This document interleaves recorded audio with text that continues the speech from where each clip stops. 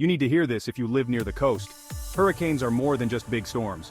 Hurricanes are born over warm ocean waters, especially near the equator. The hot, moist air rises, cools, and releases energy, kick-starting a storm. This baby storm spins faster and faster, fueled by Earth's winds. Now, what makes a hurricane so destructive? Storm surges, heavy rains, and strong winds can wreak havoc on coastal areas. Imagine the ocean flooding streets or winds tearing roofs off. Yep, that's hurricane power.